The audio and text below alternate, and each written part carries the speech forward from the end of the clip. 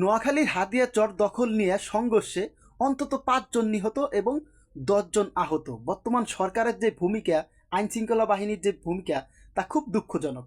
সারা দেশে খুন, ছিনতাই, রাহাজারি চলছে, জ্বালাও পোড়াও চলছে, কিন্তু এই সরকার এটা কন্ট্রোল করতে, নিয়ন্ত্রণ করতে সম্পূর্ণভাবে ব্যর্থ হয়েছে। দেখেন, আজকে নোয়াখালী হাতিয়ায় আধিপত্য বিস্তার এবং ওই চর দখল নিয়ে সংঘর্ষে 5 জন নিহত হয়েছে, 10 জন গুরুতর আহত। এই দায়ভারটা আসলে কার?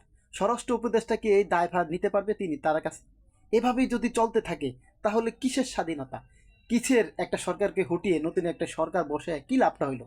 এত খুন, এত কিছু, এটা কি মানুষ চেয়েছিল? বাংলাদেশের মানুষ চেয়েছিল শান্তিতে থাকার জন্য। একটা বিপ্লবী সরকার যদি গঠন হতো তাইলে হয়তো বাংলাদেশে ভালো কিছু হতো, কিন্তু এই সরকারের যে ভূমিকা দিন দিন মানুষের মন থেকে তারা উঠে যাচ্ছে।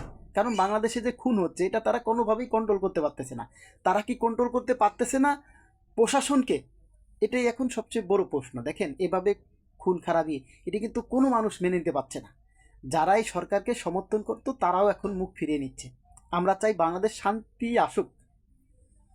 ফেব্রুয়ারিতে নির্বাচন, নির্বাচন যে কতটুকু সুস্থ হবে এটাই এখন সবচেয়ে বড় ব্যাপার। আর তারপরে ওসমান হাদির বিচার। ওসমান হাদির বিচার কি শাকুর রুমির মতো হবে কিনা এটা আল্লাহ পাক ছাড়া কেউ কইতে পারে না। তবে আমরা শান্তি চাই।